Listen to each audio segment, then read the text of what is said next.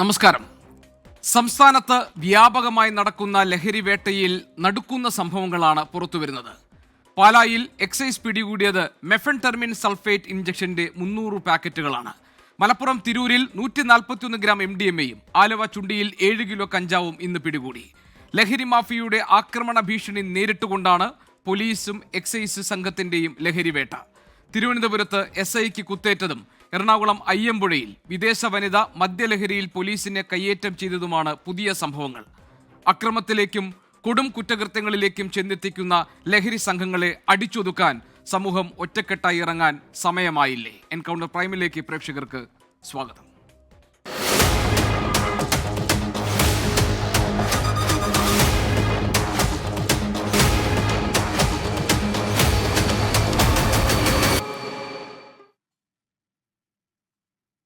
ഈ വിഷയം ചർച്ച ചെയ്യുമ്പോൾ ഇന്ന് എൻകൗണ്ടർ പ്രൈമിൽ നമ്മുടെ അതിഥികൾ joint excise commissioner Shri KS Shaji വയനാട്ടിൽ നിന്നും, ലഹരി വിരുദ്ധ പ്രവർത്തകൻ ഡോക്ടർ സരുൺ കുമാർ നമ്മളോടൊപ്പം ചേരുന്നു. ലഹരി വിരുദ്ധ പോരാളിയായ സ്വാലിഹ് ഒറ്റപ്പാലത്ത് നിന്ന് ചേരുന്നുണ്ട്. സ്വാലിഹ് മുൻപ് ലഹരി ഉപയോഗിക്കുകയും പിന്നീട് ലഹരിയിൽ നിന്ന് വിമുക്തി നേടി ലഹരി വിരുദ്ധ പോരാട്ടത്തിനിറങ്ങുകയും ചെയ്ത വ്യക്തിയാണ്. റിട്ടയർഡ് SP ശ്രീ സുഭാഷ് ബാബു കോഴിക്കോട്ട് നിന്നുണ്ട്. അതോടൊപ്പം തന്നെ എഴുത്തുകാരിയും സാമൂഹ്യ പ്രവർത്തകയുമായ ശ്രീമതി CS ചന്ദ്രികയും നമ്മളോടൊപ്പം ഇന്ന് ഈ ചർച്ചയിൽ പങ്കെടുക്കാൻ ഉണ്ട്. ആദ്യം joint excise commissioner Shri KS ഷാജിയിലേക്കാണ്. സർ, ഇപ്പോൾ ഈ സംസ്ഥാന വ്യാപകമായി ലഹരി വേട്ട തുടങ്ങി വെച്ചിട്ടുണ്ട് പോലീസും എക്സൈസും. അത് കുറെ കൂടി ശക്തമായി ഊർജിതമായി മുന്നോട്ട് പോകുന്നു എന്ന് കാണുമ്പോഴാണ് പലയിടങ്ങളിൽ നിന്നും ആക്രമണങ്ങൾ ഉണ്ടാകുന്നത്, ഭീഷണി സന്ദേശങ്ങൾ വരുന്നത്, അതോടൊപ്പം തന്നെ ലഹരി മാഫിയ ഇതിനെ തടയിടാൻ വേണ്ടി ശ്രമിക്കുന്നത്. രണ്ട് സംഭവങ്ങൾ, ഒന്ന് തിരുവനന്തപുരത്ത് പരിശോധനയ്ക്കിടെ SIക്ക് കുത്തേറ്റ സംഭവം, അയ്യമ്പുഴയിൽ മദ്യലഹരിയിൽ ഒരു വിദേശ വനിത പോലീസിനെ ഇടിച്ച് നിലംപരിശാക്കിയ സംഭവം. ഇത്തരത്തിലുള്ള അതിക്രമങ്ങൾ ഈ ലഹരി മാഫിയയുടെ അല്ലെങ്കിൽ ലഹരിയുമായി ബന്ധപ്പെട്ട് കിടക്കുന്ന ആളുകളിൽ നിന്നുണ്ടാകുമ്പോൾ എന്തൊക്കെയാണ് നിലവിൽ ഇപ്പോൾ ഈ പരിശോധനകളിൽ എക്സൈസും പോലീസും നേരിടുന്ന പ്രധാനപ്പെട്ട പ്രതിസന്ധി, വെല്ലുവിളി കേരളത്തിൽ?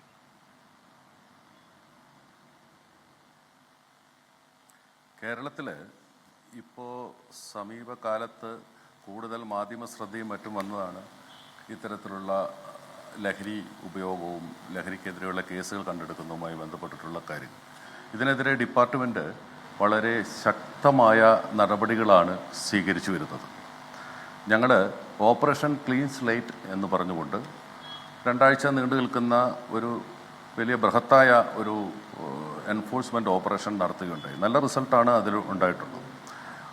അനുബന്ധിച്ച് പറയാനുള്ളത്, ഈ ഇത്തരത്തിലുള്ള ഈ ലഹരിക്കെതിരെയുള്ള പ്രവർത്തനങ്ങളുടെ ഭാഗമായി ഈ മാസം 24-ാം തീയതി ബഹുമാനപ്പെട്ട CM ബന്ധപ്പെട്ട എല്ലാ വകുപ്പുകളുടെയും ഉദ്യോഗസ്ഥരെ വിളിച്ചു ചേർത്തുകൊണ്ടുള്ള പ്രത്യേക മീറ്റിംഗ് നടത്തിയിട്ടുണ്ട്.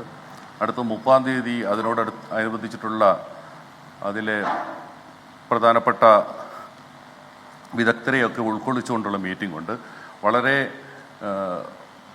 കരുതലോടെയുള്ള വളരെ ശക്തമായ പ്രതിരോധ ഈ ലഹരിക്കെതിരെയുള്ള നടപടികളാണ് അടുത്ത് തന്നെ ഇതിലും കൂടുതൽ ശക്തമായി കേരളത്തിൽ നടപ്പിലാക്കാൻ പോകുന്നതെന്നാണ് മനസ്സിലാക്കുന്നത്.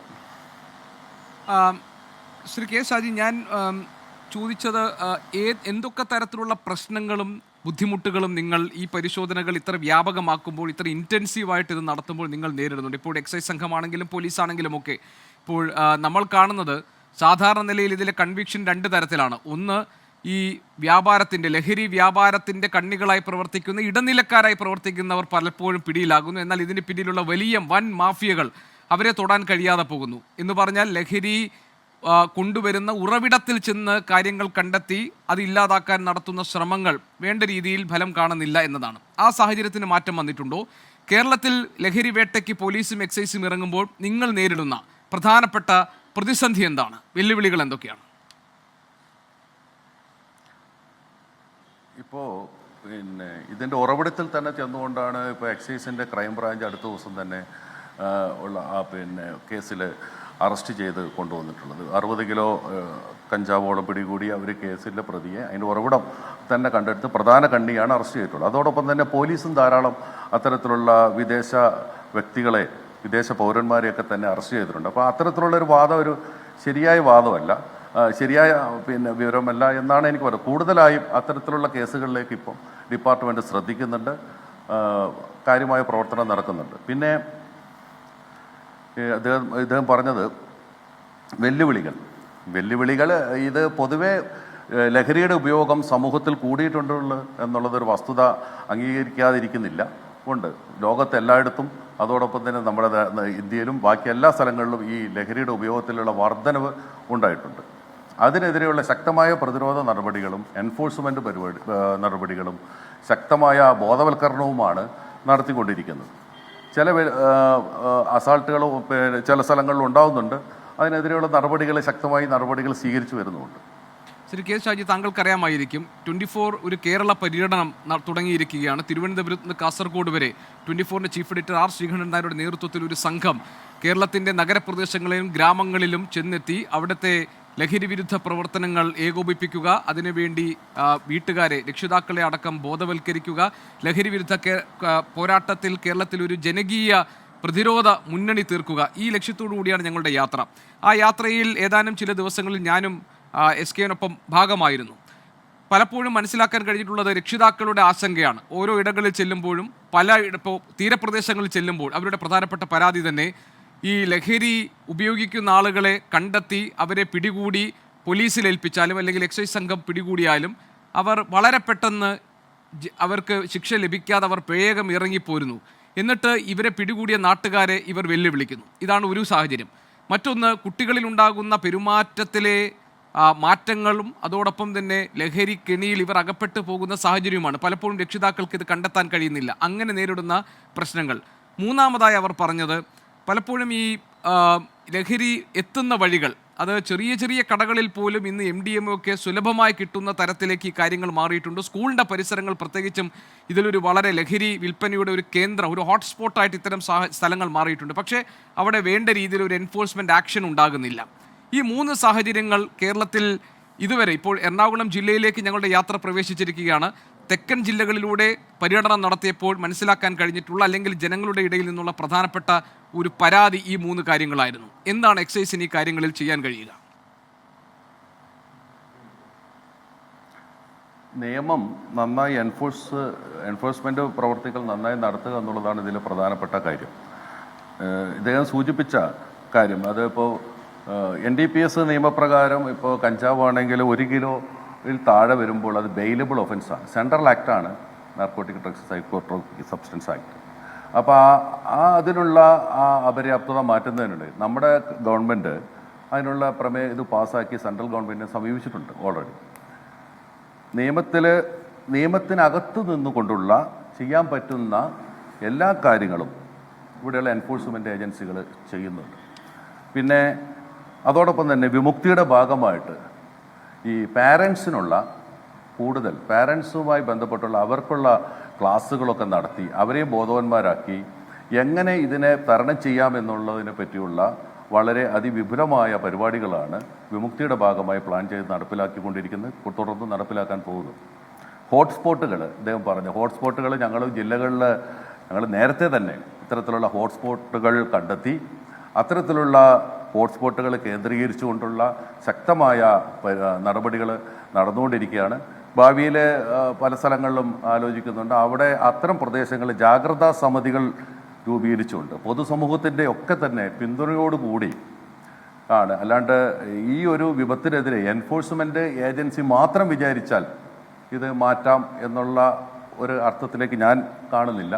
മുഴുവൻ ആളുകളും ഈ നാട്ടിലെ ആബാലവൃദ്ധ ജനങ്ങളെന്ന് പറയാം, കർഷകരായാലും കർഷക തൊഴിലാളികളായാലും ഉദ്യോഗസ്ഥരായാലും പൊതുപ്രവർത്തകരായാലും അധ്യാപകരായാലും സർക്കാർ ജീവനക്കാരായാലും സമൂഹത്തിൻ്റെ വിവിധ മേഖലകളിൽ പ്രവർത്തിക്കുന്ന മുഴുവൻ ആളുകളും ഒത്തൊരുമിച്ച് നിന്നുകൊണ്ടുള്ള ഒരു ജനകീയ മുന്നേറ്റമാണ് ഇതിനാവശ്യമായിട്ടുള്ളത്.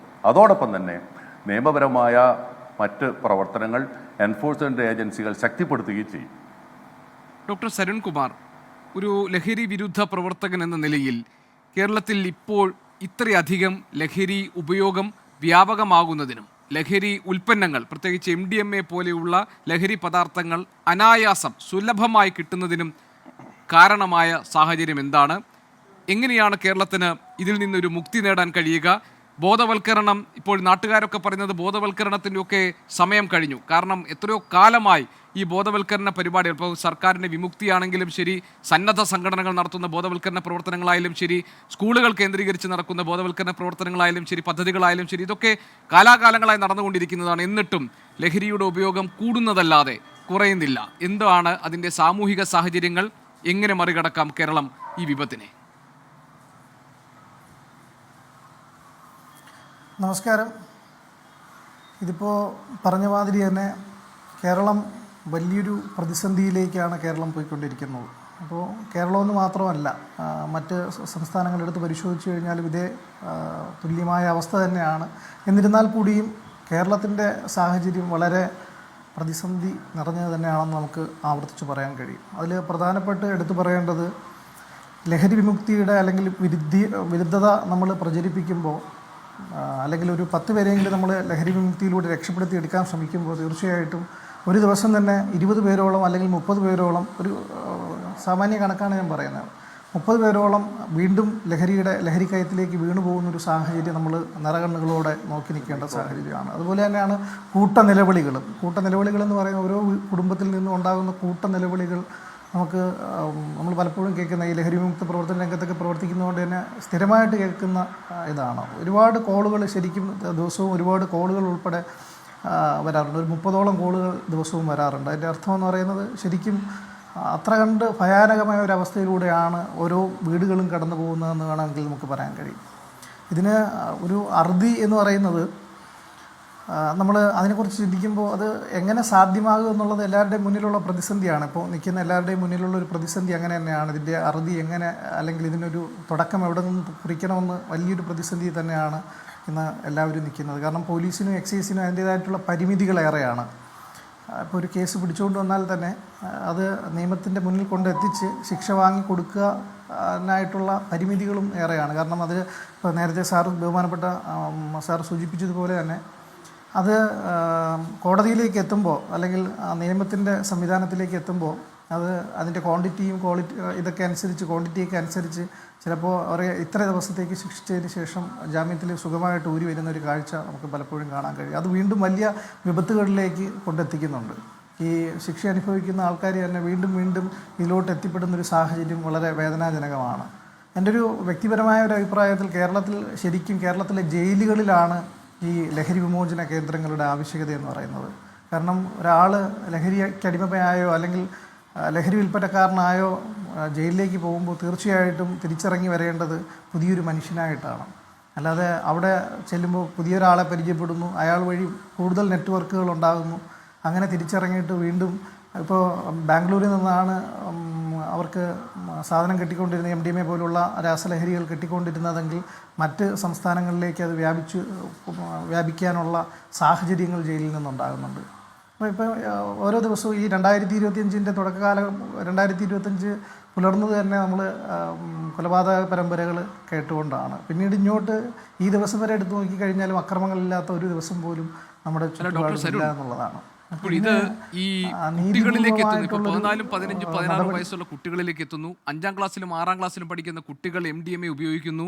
പിന്നെ അതിൽ മുതിർന്നവർ, അതായത് സഹോദരിമാർക്ക് MDMA കൊടുക്കുന്ന സാഹചര്യം ഉണ്ടാകുന്നു. വീടുകൾക്കകത്ത് ഇതിൻ്റെ വ്യാപകമായ ഉപയോഗമുണ്ട് കുഞ്ഞുങ്ങൾക്കിടയിലടക്കം എന്ന് വിവരങ്ങൾ പുറത്തു വരുന്നു. അവരാണ് അച്ഛനും അമ്മയും ഉപദ്രവിക്കുന്നതും കൊല്ലാൻ ശ്രമിക്കുന്നതുമൊക്കെ. അപ്പോൾ ഇത് മനോനില പൂർണ്ണമായി തെറ്റിച്ച് അവരെ രോഗികളാക്കി മാറ്റുന്ന ഒരു സാഹചര്യമുണ്ട്. ഇപ്പോൾ മുൻകാലങ്ങളിലാണ് ഈ താങ്കൾ പറഞ്ഞതുപോലെ ജയിലുകൾ കേന്ദ്രീകരിച്ചോ, അതല്ലെങ്കിൽ ഇതിലെ ഹൈ റിസ്ക് കാറ്റഗറി എന്ന് പറയാവുന്ന ലഹരി ഉപയോഗിക്കുന്ന ആളുകളുടെ ഒരു വിഭാഗം എന്ന തരത്തിൽ നമുക്ക് സമൂഹത്തിൽ മാറ്റി നിർത്താൻ കഴിഞ്ഞു. ഇപ്പം അതല്ല, ഓരോരുത്തരുടെ വീടുകളിലും MDMA ഉപയോഗിക്കുന്നവരുണ്ടോ എന്ന് സംശയിക്കേണ്ടി വരുന്ന ഒരു സാഹചര്യം കേരളത്തിൽ ഉണ്ടായിട്ടുണ്ട്. അതെങ്ങനെ സംഭവിച്ചു കേരളത്തിൽ?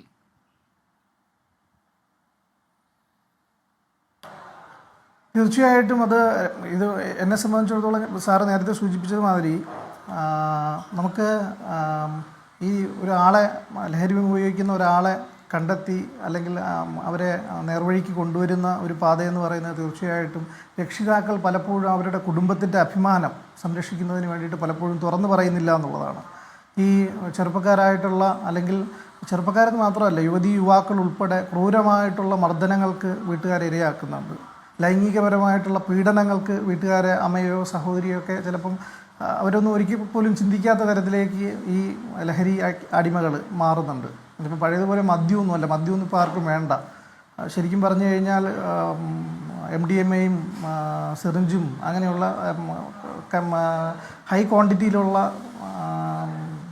കഞ്ചാവും അങ്ങനെയുള്ള ഹാഷിഷ് ഓയിൽ അങ്ങനെ തുടങ്ങി നിരവധിയായിട്ടുള്ള ലഹരി ഉപയോഗിച്ചുകൊണ്ട് അതൊരിക്കലും എനിക്ക് തോന്നുന്നു അതിൻ്റെയൊക്കെ ക്വാണ്ടിറ്റി ഇപ്പോൾ വളരെ വലുതായിട്ട് കൂടി, ക്വാളിറ്റി വലുതായിട്ട് കൂടി. അപ്പം യാതൊരു കാരണവശാലും ഇപ്പോൾ രക്ഷപ്പെടുത്തലിൻ്റെ വക്ക് പോലും നമുക്ക് ഭയാനകമായിട്ട് മാത്രമേ കാണാൻ പറ്റുന്നുള്ളൂ. പല സ്ഥലത്തും 3-4 മാസം കിടക്കുന്ന ആൾക്കാർ പോലും രക്ഷപ്പെടാത്തൊരു സാഹചര്യത്തിലേക്ക്, അവരുടെ തലച്ചോറുകൾ മരവിച്ചു പോകുന്നൊരവസ്ഥയിലേക്ക് എത്തിപ്പെടുന്നുണ്ട്. അപ്പോഴാണ് ശരിക്കും അമ്മയാര് പെങ്ങളാര് എന്ന് തിരിച്ചറിയാത്തൊരു സാഹചര്യത്തിലേക്ക് എത്തിപ്പെടുന്നത്. അപ്പോൾ കുഞ്ഞുങ്ങളിലേക്ക് അത് ഇപ്പം പഴയ നമുക്ക് എനിക്ക് ഓർമ്മ വരുന്നതെന്ന് പറയുന്നത്, പണ്ട് മമ്മൂട്ടിയുടെ ജോണി വാക്കർ എന്ന് പറയുന്ന ഒരു സിനിമ എൻ്റെ മനസ്സിലേക്ക് ഓർമ്മ വരികയാണ്. ജോണി വാക്കർ എന്ന് പറയുന്ന മലയാള ചലച്ചിത്രത്തിൽ പെൺകുട്ടികളെ സെക്സ് റാക്കറ്റിലേക്ക് നയിക്കുന്നത് ശരിക്കും മയക്കുമരുന്ന് ഐസ്ക്രീമിൽ, ജ്യൂസിൽ അങ്ങനെയൊക്കെ മിക്സ് ചെയ്ത് കൊടുക്കുന്നൊരു സാഹചര്യം ഉണ്ടായിരുന്നു. ആ സിനിമ നമുക്കന്ന് കാലങ്ങൾക്ക് മുന്നേ ആ സിനിമയിലൂടെ കണ്ടതാണ്. അതേ സാഹചര്യം ഇന്ന് കേരളത്തിൻ്റെ വിവിധ ഭാഗങ്ങളിൽ അരങ്ങേറി വരുന്നു എന്നുള്ളതാണ്. ഇവിടുന്ന് അല്ലെങ്കിൽ ഇതര സംസ്ഥാനത്തേക്ക് പഠിക്കാൻ പോകുന്ന പെൺകുട്ടികൾ ഉൾപ്പെടെ ഇത്തരം ചതിക്കുഴിയിലേക്ക് വീണ് തിരിച്ച് നാട്ടിലേക്ക് മടങ്ങി വരാൻ പോലും അവർ മടിക്കുന്നു എന്നുള്ളതാണ്. അവർ അതിൻ്റെ ഒരു മായാവലയത്തിലേക്ക് എത്തിപ്പെട്ട് അങ്ങനെ നിൽക്കുന്നൊരു സാഹചര്യം. കുട്ടികളുടെ അവസ്ഥ അതേപോലെ തന്നെയാണ്. കുട്ടികളെക്കുറിച്ച് ഇപ്പോൾ ഒരു 8-9 വയസ്സായി CWC ചൈൽഡ് വെൽഫെയർ കമ്മിറ്റിയൊക്കെ എടുത്ത് പരിശോധിച്ച് നോക്കി കഴിഞ്ഞാൽ മനസ്സിലാവും. തീർച്ചയായിട്ടും അവിടെയൊക്കെ ദിനം പ്രതി കുട്ടികളുടെ എണ്ണം വർദ്ധിച്ചുകൊണ്ടിരിക്കുകയാണ്. അപ്പോൾ സർക്കാർ സംവിധാനങ്ങൾ വലിയ രീതിയിലുള്ള ക്യാമ്പയിനും കാര്യങ്ങളും ഒക്കെ സംഘടിപ്പിക്കുന്നുണ്ടെങ്കിലും തീർച്ചയായിട്ടും ഒരു കൗൺസിലിംഗ് കൊണ്ടോ, അല്ലെങ്കിൽ കൗൺസിലിങ്ങിൻ്റെ കാലഘട്ടം കഴിഞ്ഞു, ഇനി കൗൺസിലിംഗ് കൊണ്ട് ആരെയും മാറ്റിയെടുക്കുക, ബോധമുള്ള മനുഷ്യരെ മാത്രമേ കൗൺസിലിങ്ങിലൂടെ മാറ്റിയെടുക്കാൻ കഴിയൂ. ബോധമില്ലാത്ത മനുഷ്യരെ നമുക്കൊരിക്കലും കൗൺസിലിങ്ങിലൂടെ മാറ്റിയെടുക്കാൻ കഴിയില്ല. സ്കൂളുകളിൽ തന്നെ ഒരു സെമിനാർ സംഘടിപ്പിച്ചാൽ പോലും രക്ഷിതാക്കളുടെ അഭാവം വളരെ നമുക്ക് എടുത്തു പറയേണ്ടതാണ്. ഇപ്പോൾ ഈ നിരോധിത പാൻമസാലകൾ സുലഭമായിട്ട് ഇന്ന് കേരളത്തിൻ്റെ നിരോധിക്കപ്പെട്ടുവെങ്കിൽ എല്ലാ സ്ഥലങ്ങളിലും കിട്ടുന്നുണ്ട്. അതുപോലെ തന്നെയാണ് ഈ പറയുന്ന കഞ്ചാവ്. ഒരു പഞ്ചായത്ത് എടുത്ത് പരിശോധിച്ചാൽ തന്നെ കിലോ കണക്കിന് കഞ്ചാവുകൾ ഇപ്പോഴും കിട്ടുന്നൊരു സാഹചര്യം, അല്ലെങ്കിൽ അവർക്ക് പ്രത്യേകം കോഡുകളുണ്ട്. ഇപ്പോൾ ഈ അടുത്ത് എനിക്ക് അറിയാൻ കഴിഞ്ഞെന്ന് പറയുന്ന, റോഡിൽ പെൺകുട്ടികൾ ഒരു സ്ഥലത്ത് നിന്ന് റോഡിൽ ഇങ്ങനെ ചോക്ക് കൊണ്ട് വരച്ച് പോവുകയാണ്.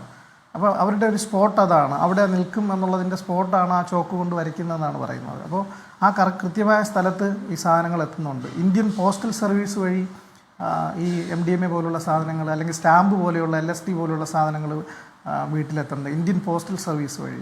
ഇതര സംസ്ഥാനത്ത് നിന്ന് കഞ്ചാവ് ട്രെയിൻ മാർഗം എത്തുന്നുണ്ട്. വേരാവൽ, സിൽച്ചർ പോലെയുള്ള എക്സ്പ്രസ് ട്രെയിനുകൾ എടുത്ത് പരിശോധിച്ച് കഴിഞ്ഞാൽ തീർച്ചയായിട്ടും അതിൽ നിന്നൊക്കെ ഒരുപാട്, കാരണം 1600 സംതിങ് എത്രയോ ആണ് ഒരു ട്രെയിനിൻ്റെ സീറ്റിംഗ് കപ്പാസിറ്റി എന്ന് പറയുന്നത്. അപ്പം അതിൽ ഇതര സംസ്ഥാനത്ത് നിന്ന് അന്യസംസ്ഥാന തൊഴിലാളികൾ ഈ ട്രെയിനിലേക്ക് കയറുമ്പോൾ തന്നെ ഏകദേശം 4000 പേരാണ് ഒരു ട്രെയിനിലേക്കൊക്കെ കുത്തി ഞെരുങ്ങി കയറി വരുന്നത്. കേരളത്തിൻ്റെ സെൻസസ് ഇപ്പോൾ ഈ അടുത്ത കാലത്ത് അങ്ങനെ എടുത്തിട്ടുണ്ടോ എന്നുള്ളത് എനിക്കറിയത്തില്ല. ഇപ്പം മലയാളികളെക്കാൾ കൂടുതൽ ഇതര സംസ്ഥാന തൊഴിലാളികളാണെന്ന് പറയേണ്ടി വരും. കാരണം അത്രയ്ക്കും അവർ കുത്തിഞ്ഞെരുങ്ങിയാണ് കേരളത്തിലേക്ക് എത്തുന്നത്. ഓരോ റെയിൽവേ സ്റ്റേഷനിലും ഇറങ്ങുന്ന അവരുടെ കൂടെ വരുന്ന കുട്ടികളുടെ ഉൾപ്പെടെ ബാഗുകൾ പരിശോധിക്കേണ്ട ഒരു സാഹചര്യമാണ്. കാരണം അവരുടെ കയ്യിലൊക്കെ ഈ സാധനം തീർച്ചയായിട്ടും ഉണ്ടാകുമെന്നുള്ള കാര്യത്തിൽ സംശയമില്ല. കാരണം അത്രത്തോളം വ്യാപകമായിട്ട് നമ്മുടെ സംസ്ഥാനത്തേക്ക് ശരി ഡോക്ടർ സരുൺ, ഞാൻ വരാം. ഇന്ന് പാലായിൽ മെഫെൻടെർമിൻ സൾഫേറ്റ് ഇഞ്ചക്ഷൻ്റെ 300 പാക്കറ്റുകൾ എക്സൈസ് പിടികൂടിയിട്ടുണ്ട്. മനസ്സിലായത് ഹൃദയ ശസ്ത്രക്രിയ സമയത്ത് രക്തസമ്മർദ്ദം താഴ്ന്നു പോകാതിരിക്കാൻ വേണ്ടി ഉപയോഗിക്കുന്ന മരുന്നാണ് ഈ മെഫെൻടെർമിൻ സൾഫേറ്റ് ഇഞ്ചക്ഷൻ എന്നാണ്. ഈ കഞ്ചാവ് പോലെ അല്ലെങ്കിൽ കഞ്ചാവിനോട് ചേർന്ന് നിൽക്കുന്ന രാസപദാർത്ഥങ്ങൾക്ക് പകരമായി ലഹരിക്കായി ഈ മരുന്ന് ഉപയോഗിക്കുന്നു. ഇത് വരുത്തിയതാകട്ടെ ഈ ഓൺലൈൻ വഴി ഓർഡർ ചെയ്തിട്ടാണ് ഈ മരുന്ന് വരുത്തുന്നത്. 140 രൂപയുള്ള വിലയുള്ള മരുന്ന് 500 രൂപയ്ക്കാണ് ഇത് വിറ്റഴിക്കുന്നത്. ഇതിനകത്തൊരു കച്ചവടം നടക്കുന്നുണ്ട്. പാലായിൽ എക്സൈസ് ഇവരെ പിടികൂടിയിട്ടുണ്ട്. ഇപ്പോൾ കഴിഞ്ഞ ഒരു 5-10 വർഷങ്ങൾ, ഒരു 5 വർഷം എടുത്താൽ മതി, കേരളത്തിൽ ലഹരിയുടെ തോത് ഇത്രയും അപകടകരമായ രീതിയിൽ അത് സർവ്വസാധാരണമായി മാറിയത്, പ്രത്യേകിച്ച് ഈ രാസലഹരി കുഞ്ഞുങ്ങളുടെ ഇടയിൽ ഇത്രയും എത്തിയത് ഈ കഴിഞ്ഞ 4-5 വർഷങ്ങൾക്ക് ഇപ്പുറമാണ്. അവിടെയും നമുക്ക് പോലീസുണ്ട്, എക്സൈസ് ഉണ്ട്, അവരുടെ രഹസ്യാന്വേഷണ വിഭാഗമുണ്ട്, കേരളത്തിനൊരു ആഭ്യന്തര വകുപ്പുണ്ട്. ഈ സംവിധാനങ്ങളൊക്കെ ഉണ്ടായിട്ട് എങ്ങനെയാണ് പിന്നീട് 4ാം ക്ലാസ്സിലും 5ാം ക്ലാസ്സിലും പഠിക്കുന്ന കുട്ടികളുടെ കൈകളിലേക്ക് MDMA പോലെയുള്ള രാസലഹരികൾ എത്തുന്നത്? അത് ഏത് സംവിധാനത്തിൻ്റെ പോരായ്മ കൊണ്ടാണ്? അല്ല, പൊതുവിൽ എന്താന്ന് പറഞ്ഞാൽ നമ്മുടെ കുടുംബ പശ്ചാത്തലത്തിൽ ഉണ്ടായിരുന്ന അപജയമാണ് പ്രധാനപ്പെട്ട ഒരു കാര്യം ഞാൻ മനസ്സിലാക്കിയിട്ടുള്ളത്. കാരണം പണ്ടൊക്കെ കുട്ടികളെ വീട്ടിനുള്ളിൽ നിന്ന് സ്വഭാവ സംബന്ധമായിട്ട് സ്വഭാവശുദ്ധിയും മറ്റു രീതിയിലുള്ള പെരുമാറ്റങ്ങളും അവർ പഠിപ്പിച്ചു കൊടുത്താൽ അവർ കേൾക്കുകയും അത് ശീലിക്കുകയും ചെയ്യും, അല്ലെങ്കിൽ ശീലിപ്പിക്കാൻ വേണ്ടി നിർബന്ധിക്കുന്ന ഒരു സംവിധാനമുണ്ട്. ഇന്ന് കുട്ടികളെ സംബന്ധിച്ചിടത്തോളം കുട്ടികൾ പുതിയ ജനറേഷനായി. അതുപോലെ തന്നെ ഈ നമ്മുടെ ഇലക്ട്രോണിക് മീഡിയയുടെ കൂടുതൽ ആവിർഭാവത്തോടുകൂടി അതിൽ കൂടുതൽ സ്വാധീനം ചെലുത്തുകയും അതോടുകൂടിയിട്ട് എന്താണെന്ന് പറയുക, പ്രായമുള്ള ആളുകളൊക്കെ വിവരമില്ലാത്ത ആളുകളും ഞങ്ങളാണ് മിടുക്കരും, ഞങ്ങൾക്കാണ് ആധുനിക രീതിയിലുള്ള സാങ്കേതിക വിദ്യകൾക്ക് പരിചയമുള്ള, അതുകൊണ്ട് ഞങ്ങളാണ് മിടുക്കരെ എന്നുള്ളൊരു ധാരണ. അതുകൊണ്ട് പഴയ ആളുകൾ രക്ഷിതാക്കളെ അവർ കേൾക്കാനോ അല്ലെ അനുസരിക്കാനോ തയ്യാറല്ല. കാരണം അതിനേക്കാൾ കൂടുതൽ വിവരങ്ങൾ അവർക്ക് ഈ നെറ്റും നോക്കിക്കഴിഞ്ഞാൽ ഒരു ബട്ടൺ അമർത്തിക്കഴിഞ്ഞാൽ അവർ കിട്ടുമ്പോൾ അവർ അതേ മാത്രം ആശ്രയിക്കുന്നത്, അല്ലാണ്ട് നമ്മുടെ മൂല്യാധിഷ്ഠിത ജീവിതമൊന്നും ഇപ്പോൾ കുട്ടികൾക്ക് പ്രശ്നമില്ല. അത് നമ്മൾ മാറ്റി വരണമെങ്കിൽ വീട്ടിൽ തന്നെ ശ്രദ്ധിക്കണം. പിന്നെ വീട്ടിൽ ഈ കാര്യം തിരിച്ചറിയാൻ, ഇപ്പം മദ്യം ഉപയോഗിക്കുകയാണെങ്കിൽ മണത്തറിയാൻ പറ്റും. ഇപ്പം മറ്റു രീതിയിലുള്ള മയക്കുമരുന്ന് പ്രത്യേകിച്ച് കെമിക്കൽ ഡ്രഗ് ഉപയോഗിച്ച് കഴിഞ്ഞാൽ അതിൻ്റെ മണം എന്താണെന്ന് ആർക്കുമില്ല. അത് കണ്ടു കഴിഞ്ഞാൽ ഈ കുട്ടിയെ വളരെ ആരായാലും ശരി അവരെ വളരെ ശ്രദ്ധിച്ച് എല്ലാ ദിവസവും അവരെ ഒബ്സർവ് ചെയ്യുകയും അവരോടൊപ്പം സംസാരിക്കുകയും അവരുടെ ഓരോ ചലനങ്ങൾ പ്രത്യേകം ശ്രദ്ധിക്കുകയും ചെയ്ത്, അതായത് കീൻ ഒബ്സർവേഷൻ, വളരെ കൂലങ്കഷമായി അവരെ നിരീക്ഷിച്ച് അവരുടെ ചെറിയ ചെറിയ വ്യത്യാസങ്ങൾ, അവരുടെ സ്വഭാവത്തിലെ വ്യതിയാനങ്ങൾ, അവരുടെ ഊർജ്ജസ്വലതയിലുള്ള മന്ദഗതി അല്ലെങ്കിൽ ഊർജ്ജസ്വലതയുടെ അധികരിച്ച ആവിർഭാവം, ഇതിനെയൊക്കെ കണ്ടുപിടിച്ചിട്ട് എന്തോ ഒരു തകരാറുണ്ട് എന്ന് തിരിച്ചറിയേണ്ട ഒരു അവസ്ഥയാണ്. അത് നമ്മളെ സംബന്ധിച്ചിടത്തോളം വീടുകളിൽ ഇതേമാതിരിയുള്ള പരസ്പര ബന്ധങ്ങളും സംസാരവും അതേമാതിരി ഒന്നിച്ച് കൂട്ടിച്ചേരലും ഒന്നിച്ചിരുന്ന് ഭക്ഷണം കഴിക്കുക ആ രീതിയൊക്കെ പോയി. അതുകൊണ്ട് ഓരോരുത്തർ ഓരോ തുരുത്താണ്. ആ തുരുത്തിലിരുന്നു കൊണ്ട് അവർക്ക് ഇഷ്ടമുള്ള കാര്യങ്ങളൊക്കെ ചെയ്യും. മറ്റാൾക്ക് ആ തുരുത്തിലേക്ക് പ്രവേശനമില്ല. അതിൽ കയറി ചെല്ലാൻ പോയാൽ പോലും എതിർക്കപ്പെടുന്ന ഒരു സാഹചര്യം ഉള്ളതുകൊണ്ട് ഇവർക്ക് ആർക്കും ആരെയും പരസ്പരം മനസ്സിലാക്കാനും സ്വഭാവം എന്താണെന്ന് അവരുടെ ബോഡി ലാംഗ്വേജ് എന്താണെന്നോ ശരീരഭാഷയിൽ വരുന്ന വ്യത്യാസം എന്താണെന്നോ കണ്ടുപിടിക്കാൻ പറ്റാത്തൊരവസ്ഥയാണ് ഇത് പ്രധാനമായിട്ട് ഇതുണ്ടാവുന്നത്. പിന്നെ ഇനി ഇത് എന്താ പറയുക, ഈ കൂട്ടായ്മകൾ ഒരു പ്രധാനപ്പെട്ട ഘടകം. ഇപ്പോൾ കോളേജ് സ്കൂളുകളിലൊക്കെ മുമ്പ് അധ്യാപകരെ സംബന്ധിച്ചിടത്തോളം വളരെ ഗൗരവതരമായിട്ട് നിയന്ത്രിക്കാൻ സാധിക്കുന്നൊരു സാഹചര്യം ഉണ്ടായിരുന്നു. ഇപ്പോൾ അവിടെ അധ്യാപകരെ സംബന്ധിച്ചിടത്തോളം എല്ലാത്തിനും അവരെ ചോദ്യം ചെയ്യുന്നു. ഇപ്പോൾ ബാലാവകാശ കമ്മീഷനായാലും വിദ്യാഭ്യാസ വകുപ്പായാലും ഈ കുട്ടികളെ ശിക്ഷിക്കുന്നതിനും കുട്ടികളെ ശകാരിക്കുന്നതിനും ഒക്കെ എതിരെ വളരെ അനാവശ്യമായിട്ടുള്ള ഇടപെടൽ, അത് കുറേ രക്ഷിതാക്കളുണ്ട് അതിൻ്റെ ഭാഗം. അത് വന്നതോടുകൂടി രക്ഷിതാക്കൾ കുട്ടികളെ നന്നാവും അല്ലെങ്കിൽ നന്നാക്കാൻ വേണ്ടി സ്കൂളിലേക്ക് അയക്കുന്നു എന്നുള്ള ധാരണയിൽ അവിടെ ഇരിക്കും. പക്ഷേ സ്കൂളിൽ എത്തിക്കഴിഞ്ഞ് ഇത് നോക്കാൻ അവർക്ക് താല്പര്യമില്ല. അവർ നോക്കിയാൽ തന്നെ ഏതെങ്കിലും അധ്യാപകർ നോക്കിക്കഴിഞ്ഞാൽ അവർ ക്രിമിനൽ കേസ് പ്രതികരാണ്, അല്ലെങ്കിൽ അവരെ രക്ഷിതാക്കൾ ചെന്ന് ചീത്ത പറയുകയും സ്കൂളിൽ നിന്ന് മാനേജ്മെൻറ്റ് അവരുടെ പേരിൽ നടപടിയെടുക്കുന്ന ഒരു സാഹചര്യം വന്നതോടുകൂടി അവിടെ ഈ നന്നാക്കൽ പ്രക്രിയ യഥാർത്ഥത്തിൽ നടക്കേണ്ട, സ്വഭാവ രൂപീകരണം യഥാർത്ഥത്തിൽ നടക്കേണ്ടിയിരുന്ന വിദ്യാഭ്യാസ സ്ഥാപനങ്ങൾ, പ്രത്യേകിച്ച് പ്രൈമറി, മിഡിൽ സ്കൂൾ, ഹൈസ്കൂൾ വിദ്യാഭ്യാസ രംഗത്ത് അതിന് ഒരു മൂല്യച്യുതി സംഭവിച്ചു പോയതാണ് പ്രധാനമായിട്ട് ഞാൻ മനസ്സിലാക്കുന്നത്. പണ്ടൊക്കെ കുട്ടികളുടെ ഏതെങ്കിലും കാര്യം ഉണ്ടെങ്കിൽ അധ്യാപകരതിനകത്ത് ഇടപെട്ടിരിക്കും. ഇപ്പം മയക്കുമരുന്ന് ഉപയോഗിച്ചാലോ അല്ലെങ്കിൽ കുട്ടികൾ അനാശാസ്യമായ രീതിയിൽ പ്രവർത്തിയാൽ പോലും അവരന്വേഷിച്ചാൽ നിങ്ങളാരാ ചോദിക്കാൻ എന്ന് ചോദിക്കും. അത് ഞങ്ങളുടെ സ്വാതന്ത്ര്യമാണെന്ന് പറഞ്ഞു കഴിഞ്ഞാൽ അതിനെ അനുകൂലിക്കുന്ന സംവിധാനങ്ങളാണ് ഇപ്പോൾ നമ്മുടെ ചുറ്റുമുള്ളത്. പിന്നെ ഇതെങ്ങനെ നന്നാവണം, എവിടെ നിന്ന് നന്നാവണം, ആര് നന്നാക്കണം, ആരാണ് ഈ സ്വഭാവ മൂല്യങ്ങളൊക്കെ ഉണ്ടാക്കി കൊടുക്കേണ്ടത്, അതിന് നമുക്ക് സാധിക്കുന്നില്ല. കുട്ടികളെ സംബന്ധിച്ചോളം എനിക്കെന്തെങ്കിലും ഒരു കാര്യം വേണ്ട എന്ന് പറയാനുള്ള മാനസികാവസ്ഥയിലേക്ക് കുട്ടികൾ ഉയർന്നു വരാൻ നമ്മുടെ ഇന്നത്തെ വിദ്യാഭ്യാസ ക്രമത്തിലോ അല്ലെങ്കിൽ നമ്മുടെ കുടുംബാന്തരീക്ഷത്തിലോ സാധിക്കുന്നില്ല എന്നുള്ളതാണ് ഈ കുട്ടികളെ സംബന്ധിച്ചോളം ഇതേ രീതിയിലുള്ള കൂട്ടുകൂടലിലും ഈ സന്തോഷ സാഹചര്യങ്ങളെ തിരക്കി പോകാനുള്ള ഇതുണ്ടാവുന്നത്. പ്രത്യേകിച്ച് കുട്ടികളെ സംബന്ധിച്ച് ഒരു 15 വയസ്സ് മുതൽ 18 വയസ്സ് വരെ വേണേൽ 25 വയസ്സ് വരെയുള്ള ആളുകളെ നോക്കുക. അവരാണ് കൂടുതലായിട്ട് ഇതിനകത്ത് വരുന്നത്. അപ്പോൾ അവരെ സംബന്ധിച്ച് ഇതൊരു പരീക്ഷണ ഘട്ടമാണ്.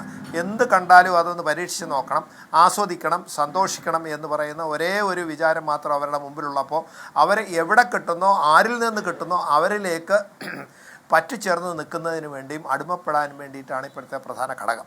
അപ്പോൾ ഇത് പ്രധാനമായിട്ട് എന്താ പറയുക, മയക്കുമരുന്ന് വ്യാപാരം നടത്തേണ്ടത് അതിന് പണം മുടക്കുന്ന ആളുകളുടെ ആവശ്യമാണ്. ഇതിന് ലാഭം കിട്ടണം. ലാഭം കിട്ടണമെങ്കിൽ എന്ത് ചെയ്യണം? നമുക്ക് പുതിയ പുതിയ ആളുകളെ കണ്ടുപിടിക്കണം. പുതിയ പണ്ടൊക്കെ ഈ മദ്യത്തിനൊക്കെ അടിക്കാൻ ഓരോരുത്തർ അങ്ങോട്ടും ഇങ്ങോട്ടും കള്ളു പിടിച്ച് പരസ്പരം പറഞ്ഞു കൂടി. ഇതല്ല, ഇത് വ്യാപാരം ചെയ്യുന്ന ആളുകൾ തന്നെ അവർക്ക് കസ്റ്റമേഴ്സിനെ, അവർക്ക് ഉപഭോക്താക്കളെ ഉണ്ടാക്കിക്കൊണ്ടുവരാനൊരു സംവിധാനം ഇവിടെ പ്രധാനമായിട്ട് വളരെ വ്യാപകമായിട്ട് അവർ വളരെ ശുഷ്കാന്തിയോട് കൂടിയിട്ട് പ്ലാനിങ്ങോടുകൂടി നടത്തപ്പെടുന്നത് കൊണ്ട് എന്താണ്, ഒരാളുണ്ടായ കഴിഞ്ഞാൽ ഒരാളിൽ നിന്ന് ചുരുങ്ങിയ ദിവസം കൊണ്ടത് 10ഉം ആ 10 100ഉം ആയിട്ട് ഇങ്ങനെ പോകുന്നു. അതാണ് നമ്മൾ കഴിഞ്ഞ 4-5 വർഷമായിട്ട് ഇത്ര വ്യാപകമായിട്ട് ഇത് കൂടാനുള്ള കാരണം.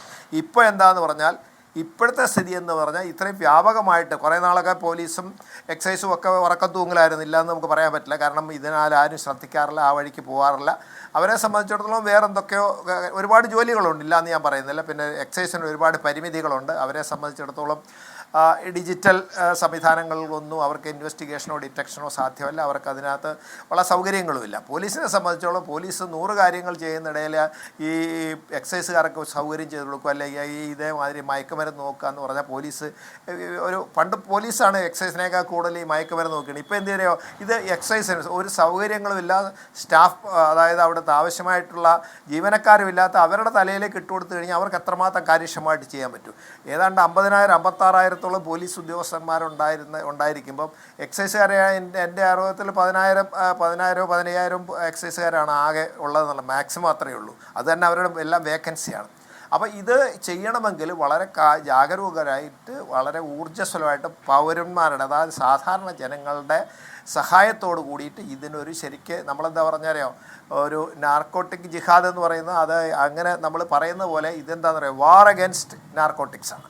ഇതിനൊരു യുദ്ധമാണ് ശരിക്കും ചെയ്യേണ്ടത്. ഇതിപ്പം അല്ലെങ്കിൽ എന്താണെന്ന് പറഞ്ഞാൽ, ഇത് യുദ്ധം ചെയ്താണ് ഇത് ഒഴിവാക്കണമെന്ന് പറയുന്നത് നമ്മളൊക്കെ പഠിപ്പിക്കുന്നത്. ഇപ്പം നാർക്കോട്ടിക് കൺട്രോൾ ബ്യൂറോയുടെ സിലബസ് തന്നെ ഞാനൊക്കെ 1990കളിലാണ് ഇതിൻ്റെ ഒരു വ്യാപകമായിട്ട് പഠനവും അതേമാതിരി നമ്മളിതിന് ഡിറ്റക്ഷന് വേണ്ടി മുന്നോട്ട് കൊണ്ടുപോകുന്നത്. അപ്പോൾ അങ്ങനെ കൊണ്ടുപോകുന്ന അവസരത്തിൽ എന്താണെന്ന് പറഞ്ഞാൽ, ഇങ്ങനെ പോലീസ് പിടിക്കുന്നു എന്ന് വിചാരിച്ചു. നേരത്തെ ഹർഷൻ ചോദിച്ചിരുന്നു എന്താണ് ഇതിൻ്റെ പ്രതിബന്ധം. ഈ പോലീസ് പിടിക്കുന്ന അവസരത്തിൽ ഭയങ്കര നൂലാമാലയാണ് ഈ കേസ്. സാധാരണ മാതിരിയുള്ള ഏതെങ്കിലും നടപടിക്രമത്തിൽ ഒരു വീഴ്ച വരുത്തുകയോ ഇതിനകത്ത് CC ചെയ്യുന്നതിന് വേണ്ടിയിട്ട് ഒരു അനാവശ്യമായിട്ട് ഒരുപാട് ഗസറ്റഡ് ഓഫീസർ വേണം, മറ്റേത് വേണം, ഇവനെ അത് ചെയ്യണമെങ്കിൽ ഇന്ന റാങ്കിലുള്ള ഉദ്യോഗസ്ഥനെ പറ്റുള്ളൂ, ഇവനെ തടഞ്ഞു നിർത്താനേ പാടുള്ളൂ, മറ്റു ഉദ്യോഗസ്ഥന്മാരെന്നൊക്കെ പറഞ്ഞു കഴിഞ്ഞ് നടക്കുന്ന കാര്യമാണ് ഇത്. അതുപോലെ തന്നെ ഇതിനകത്ത് എവിടെയെങ്കിലും ഇത് കസ്റ്റഡിയിലെടുത്തതിന് ശേഷം ചെയിൻ ഓഫ് കസ്റ്റഡിയിൽ എവിടെയെങ്കിലും ഒരു ന്യൂനത വന്നു കഴിഞ്ഞാൽ കോടതി അവനെ എവിടും ജാമ്യം കൊടുക്കാം. അതിനകത്ത് small quantity, medium quantity, commercial quantity എന്ന് പറയുന്നു. അപ്പോൾ മീഡിയം ക്വാണ്ടിറ്റി വരണമെങ്കിൽ തന്നെ ഇപ്പം MDMA പോലുള്ള കെമിക്കൽ ഡ്രഗിനൊക്കെ അളവ് കുറവാണ്. പക്ഷേ കഞ്ചാവൊക്കെ പണ്ട് ഇത് കുറവായിരുന്നു. അതായത് 25 ഗ്രാം 20 ഗ്രാം ഉണ്ട്, 20 പിന്നെ 50, ഇപ്പോൾ ഒരു കിലോ വരെ പോകാമെന്നാണ് പറയുന്നത്. അപ്പോൾ അതിലെന്താണെന്ന് പറഞ്ഞു കഴിഞ്ഞാൽ ഇവരെന്ത് ചെയ്യുന്നറിയോ, ആ 1 കിലോ എത്താത്ത രീതിയിൽ ഇഷ്ടം പോലെ കൊണ്ടുപോകാം. 1 കിലോ എന്ന് പറഞ്ഞാൽ ചെറിയ ക്വാണ്ടിറ്റി ഒന്നും. ഇപ്പോൾ എന്താണെന്ന് പറഞ്ഞാൽ കഞ്ചാവ് പ്രോസസ്സ് ചെയ്യുന്ന പഴയ മാതിരിയല്ല. ഈ കഞ്ചാവിനകത്ത് തന്നെ ഇതേമാതിരിയുള്ള കെമിക്കൽ ഡ്രഗുകളും മറ്റ് ഡ്രഗുകളും കൂടെ മിക്സ് ചെയ്തിട്ടാണ് ഇവർ ഇത് പ്രോസസ്സ് ചെയ്ത് കൊണ്ടിരുന്നത്. അപ്പോൾ അതുകൊണ്ട് എന്താണെന്ന് പറഞ്ഞാൽ ഇതിനകത്ത് ചെറുതായിട്ട് കഴിച്ചു കഴിഞ്ഞാൽ തന്നെ ഭയങ്കര കിക്കാണ്. അപ്പം ഈ കഞ്ചാവ് അടിച്ചു കഴിഞ്ഞാൽ പണ്ടൊന്നും എവിടെയും തൂങ്ങി എവിടെയും കിടക്കുക എന്നല്ലാണ്ട് അക്രമാസക്തമാവില്ല. ഇപ്പം കഞ്ചാവ് അടിക്കുന്നവനെ ഏറ്റവും വലിയ അക്രമയാവുന്നത് എനിക്ക് മനസ്സിലാവില്ല. ഇതൊക്കെയാണ് നല്ല കഞ്ചാവ് വലിക്കുന്നവരോടൊന്ന് ചോദിച്ചു നോക്കിയാൽ അവർ പറയുന്നത് നല്ല കഞ്ചാവാണെങ്കിൽ അടിച്ച് മൂലയിൽ കിടക്കുകയുള്ളൂ സാർ എന്നാണ് ഞങ്ങളോടൊക്കെ പറഞ്ഞിട്ടുള്ളത്. ഇപ്പോഴും അവരത് തന്നെ. ഞാനിപ്പോൾ സംശയം ഉണ്ടായിട്ട് ചോദിച്ചു, ഇപ്പോൾ പണ്ട് കഞ്ചാവ് വലിക്കുന്നത് ഇപ്പോഴും അവർ വലിക്കുന്നുണ്ടെന്നാണ് പറയുന്നത് എൻ്റെ അടുത്ത്. അപ്പോൾ അവരോട് ചോദിക്കുകയാണോ ഇത് ഇപ്പോൾ ഇങ്ങനെ, അയ്യോ സാർ ഇത് പഴയ നമ്മുടെ കഞ്ചാവ്, നല്ല കഞ്ചാവൊന്നുമില്ല സാർ, ഇത് ഏതെങ്കിലുമൊക്കെ ഇല വെച്ചിട്ട് അതിനകത്തിലൊക്കെ ഇതേമാതിരി ഡ്രഗുകൾ ചേർത്തിട്ടാണ് സാർ തരുന്നത്, ഞങ്ങൾക്കൊന്നും വലിക്കാൻ പറ്റില്ല എന്ന് പറയും. മുമ്പ് ചെറുതായിട്ടൊക്കെ വലിച്ചുകൊണ്ടിരുന്ന അവർ പറയുന്നത് ഞങ്ങൾക്ക് വലിക്കാൻ പറ്റില്ല എന്ന് പറഞ്ഞു. അപ്പോൾ ഇതാകെ മാറിപ്പോയി. ഇത് കണ്ടുപിടിക്കണമെങ്കിൽ എന്താണെന്ന് പറഞ്ഞാൽ ഇത് കണ്ടുപിടിക്കാനുമില്ല. കാരണം നമ്മൾ ബ്രത്ത് അനലൈസർ വെച്ചതിന് ശേഷം മദ്യപിച്ച് കണ്ടുപിടിക്കും. ഇത് കണ്ടുപിടിക്കണമെങ്കിൽ രക്തം എടുത്ത് പരിശോധിച്ച് കൊണ്ടുപോയി ഇവൻ മയക്കുമരുന്ന് കഴിക്കുന്നത് കണ്ടുപിടിച്ചതിന് ശേഷം ഇവനെ അറസ്റ്റ് ചെയ്യാൻ പറ്റുമോ, നടപടിക്ക് വിധേയനാക്കാൻ പറ്റുമോ. അതുപോലെ തന്നെ ഇതിനകത്തിലെ ഈ നടപടിക്രമങ്ങളിലെ സങ്കീർണത, അതായത് പോലീസിൻ്റെയോ എക്സൈസോ അത് സീസ് ചെയ്ത് അന്വേഷണം നടത്തി ചാർജ് ഷീറ്റ് കൊടുക്കുന്നവിടത്തിൽ അതിൻ്റെ അതീവ സങ്കീർണമായ അതീവ ബുദ്ധിമുട്ട് പ്രകാരമായ അങ്ങനെ ഈ ഉദ്യോഗസ്ഥരുടെ തലയിലേക്ക് എല്ലാ ഉത്തരവാദിത്വവും കൊണ്ടുവരുന്ന അനാവശ്യമായ ഒരുപാട് നിബന്ധനകൾ ഇതിനകത്ത് വെച്ചതുകൊണ്ട് ഈ കേസുകളൊന്നും മര്യാദയ്ക്ക് ഡിറ്റക്റ്റ് ചെയ്യാനോ അതിൽ ഏതെങ്കിലും രീതിയിലുള്ള നടപടിക്രമങ്ങൾ പാലിക്കാതിരുന്നു കഴിഞ്ഞാൽ അതിൻ്റെ ന്യൂനത, അന്വേഷണത്തിൽ ഏതെങ്കിലും ചെറിയ അപാകതയുണ്ടെങ്കിൽ അതിൻ്റെ ന്യൂനത, അവിടെ കോടതിയിലെത്തിക്കഴിഞ്ഞാൽ എന്തെങ്കിലും പേര് പറഞ്ഞ് ജാമ്യം കൊടുക്കാൻ പറ്റുമോ എന്ന് വിചാരിക്കുന്ന പല കോടതികളും, ഇതെല്ലാം കൂടെ വെച്ച് കഴിഞ്ഞ് സമൂലമായിട്ട് എന്ത് ചെയ്തു, ഈ മരുന്ന് ഉപയോഗിക്കുന്നവരും കടത്തുന്നവനും വിൽക്കുന്നവനും ഒക്കെ സൗകര്യപ്രദമായ ഒരുപാട് സാഹചര്യങ്ങൾ ഇവിടെ ഉണ്ട്.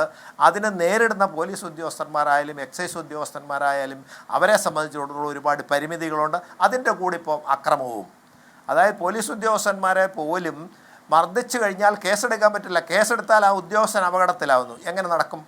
ഇത് ഞാൻ പറയുന്നത് അവർക്ക് പൂർണ്ണമായ അധികാരം കൊടുക്കുക, യാതൊരു രീതിയിലും ഇടപെടലും ഉണ്ടാകാൻ പാടില്ല.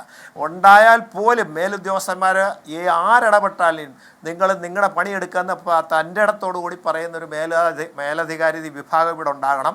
അതുണ്ടായില്ലെങ്കിൽ സ്വാധീനം വരും.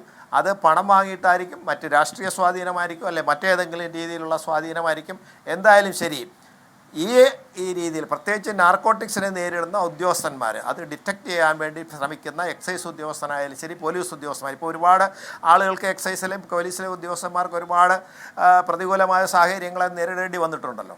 അത് പൂർണ്ണമായിട്ട് ഇത് നിയന്ത്രിക്കാൻ മാത്രമായിട്ട് പോലീസ് ഉദ്യോഗസ്ഥരെ അയക്കുകയും ആ പോലീസ് ഉദ്യോഗസ്ഥന്മാർക്ക് പൂർണ്ണമായ സംരക്ഷണവും സ്വാതന്ത്ര്യവും ചെയ്തു കൊടുക്കാൻ പറ്റുന്നൊരു സാഹചര്യം ഇല്ലാത്തത് കൊണ്ടാണ് നേരത്തെ ചോദിച്ച പ്രതിബന്ധം എന്ന് പറയുന്നത്. അത് മാറ്റാത്തടത്തോളം കാലം നമുക്കിതിനകത്ത് ഒരുപാട് പരിമിതികളുണ്ട്. അപ്പോൾ ഈ പരിമിതികളുടെ ഉള്ളിൽ നിന്ന് ശക്തമായ രീതിയിൽ എടുക്കാനുള്ള ആത്മധൈര്യം, അതുപോലെ സ്വാതന്ത്ര്യം ഈ വിഭാഗക്കാർക്ക് കൊടുക്കണമെന്നാണ് എൻ്റെ അഭിപ്രായം. ശരി. ശ്രീമതി CS ചന്ദ്രിക, ഇവിടെ സുഭാഷ് ബാബു സാർ സംസാരിച്ചപ്പോൾ പറഞ്ഞത് കേരളത്തിൻ്റെ മാറിയ ഒരു സാമൂഹിക ജീവിതാവസ്ഥയെക്കുറിച്ചാണ്. ഇപ്പോൾ കുടുംബത്തിനകത്തെ മാറ്റങ്ങൾ, സാങ്കേതിക വിദ്യ കൊണ്ടുവന്നിട്ടുള്ള മാറ്റങ്ങൾ, ഇപ്പോൾ താങ്കളെപ്പോലുള്ള എഴുത്തുകാരും സാമൂഹ്യ പ്രവർത്തകരും ഒക്കെ കേരളത്തിൻ്റെ ഒരു ജീവിതക്രമത്തിൽ വന്ന മാറ്റവും തലമുറ മാറ്റവും ഒക്കെ കണ്ട് അതിന് സാക്ഷികളായി നിന്നിട്ടുള്ളവരാണ്. ഒരു കാലത്ത് M. മുകുന്ദനൊക്കെ എഴുതിയ നോവലുകളിലൂടെ യുവാക്കളെ ലഹരിയിലേക്ക് അടുപ്പിച്ചു എന്നൊക്കെയുള്ള വിമർശനങ്ങൾ ഒരു ഘട്ടത്തിൽ M. മുകുന്ദനെ പോലുള്ള എഴുത്തുകാർക്ക് പോലും കേൾക്കേണ്ടി വന്നിട്ടുണ്ട്. പക്ഷേ എഴുത്തുകാരുടെ സാമൂഹിക ഉത്തരവാദിത്വം എന്നത് ഈ കാലഘട്ടത്തിൽ പുനർനിർവചിക്കേണ്ടതായി ഉണ്ടോ? കാരണം എഴുത്തുകാർ, അതായത് ചെറുപ്പക്കാരെ സ്വാധീനിക്കാൻ പറ്റുന്ന, പുതുതലമുറയെ സ്വാധീനിക്കാൻ പറ്റുന്ന ഏതൊക്കെ മാർഗങ്ങളുണ്ടോ അതിലൂടെയൊക്കെ അവർക്ക് ലഹരി വിരുദ്ധ സന്ദേശങ്ങൾ നൽകുകയും ലഹരി വിമുക്തിക്ക് വേണ്ടി അവരെ ബോധവാന്മാരാക്കുകയും ഒക്കെ ചെയ്യേണ്ട ഉത്തരവാദിത്വം ഉണ്ടല്ലോ. എഴുത്തുകാർ ആ സാമൂഹിക ഉത്തരവാദിത്വം നിർവഹിക്കുന്നുണ്ടോ കേരളത്തിൽ?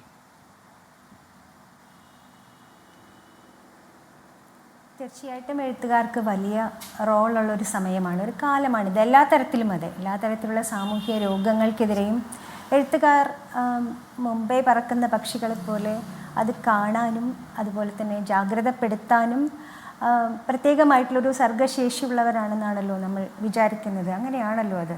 എഴുത്തുകാരതുകൊണ്ടാണ് സമൂഹം ഇഷ്ടപ്പെടുന്നതും ആദരിക്കുന്നതും. തീർച്ചയായിട്ടും സമൂഹത്തിൽ നടക്കുന്ന കാര്യങ്ങളുടെ ഒരു റിഫ്ലക്ഷൻ തീർച്ചയായിട്ടും എഴുത്തിലുണ്ടാവും. പക്ഷേ അതേസമയം തന്നെ എഴുത്തുകാരെ പോലെയുള്ള അവരുടെ ചിന്തകളിൽ തീർച്ചയായിട്ടും നാം ആഗ്രഹിക്കുന്നത് സ്നേഹവും സാഹോദര്യവും മാനവികതയും നീതിയും അത്തരത്തിലുള്ള ഒരുപാട് ഉയർന്ന മൂല്യങ്ങളാണ്. ഞാൻ വിചാരിക്കുന്നത് നമ്മുടെ സമൂഹത്തിൽ വളരെ കോംപ്ലക്സ് ആയിട്ടുള്ള, സങ്കീർണമായിട്ടുള്ള നിരവധി മാരകമായിട്ടുള്ള ഇത്തരം രോഗങ്ങളുണ്ട്, അല്ലെങ്കിൽ രോഗാതുരതയുണ്ട്. മാനസികമായിട്ടുള്ള ആരോഗ്യം എന്ന് പറയുന്നത് ആണ് എന്നെ സംബന്ധിച്ചിടത്തോളം ഇപ്പോഴത്തെ ഏറ്റവും വലിയ കൺസേൺ. ഒരു സമൂഹം ഒന്നാകെ തന്നെ മാനസിക ആരോഗ്യമില്ലാത്തവരായി മാറുന്നതിൻ്റെ ധാരാളം ലക്ഷണങ്ങൾ നമുക്ക് കാണാൻ പറ്റുന്നുണ്ട്. കുടുംബങ്ങളിൽ അതുണ്ട്. കുടുംബങ്ങളിലെ നമ്മൾ എപ്പോഴും പറയുന്ന കാര്യമാണ് ജനാധിപത്യം ഇല്ലായ്മ. അവിടെ കാണുന്ന അധികാരബന്ധങ്ങൾ, അച്ഛൻ അമ്മ എന്ന് പറയുന്ന വലിയ അധികാരവും അധികാരമില്ലായ്മയും, അതിനുള്ളിൽ നടക്കുന്ന സംഘർഷങ്ങൾ, ഇതെല്ലാം കുട്ടികൾ സാക്ഷികളാണ്. കുട്ടികൾ അതിൽ നിന്ന് രക്ഷപ്പെടാൻ, നമുക്കറിയാം കൂടുതൽ കുടുംബങ്ങളും ജനാധിപത്യരഹിതമാണ്. അതിനുള്ളിൽ സാക്ഷികളാകുന്ന കുട്ടികൾ അവരുടെ സന്തോഷങ്ങൾ അന്വേഷിച്ചു പോകുന്ന ഇടങ്ങൾ നിരവധിയാണ്. പണ്ടൊക്കെ എന്ന് പറഞ്ഞു കഴിഞ്ഞാൽ രാഷ്ട്രീയ പ്രവർത്തനമുണ്ടായിരുന്നു. കുട്ടികൾക്ക് ക്യാമ്പസുകളിലാണെങ്കിലും മറ്റ് മേഖലകളിലാണെങ്കിലുമൊക്കെ, നാട്ടിൻ പുറത്താണെങ്കിൽ വായനശാലകൾ, അല്ലെങ്കിൽ സാംസ്കാരിക പ്രവർത്തനങ്ങൾ, അല്ലെങ്കിൽ എന്താ പറയുക വായനശാലകൾ, ഈ പറഞ്ഞതുപോലെ കുട്ടികൾക്ക് സ്പോർട്സ്, ഇങ്ങനെ തുടങ്ങിയിട്ടുള്ള കുറേ കാര്യങ്ങളുണ്ടായിരുന്നു. അപ്പോൾ വീട്ടിൽ നിന്ന് അവർക്ക് സന്തോഷം തേടി പോകാൻ ചില സാമൂഹ്യ ഇടങ്ങളുണ്ടായിരുന്നു.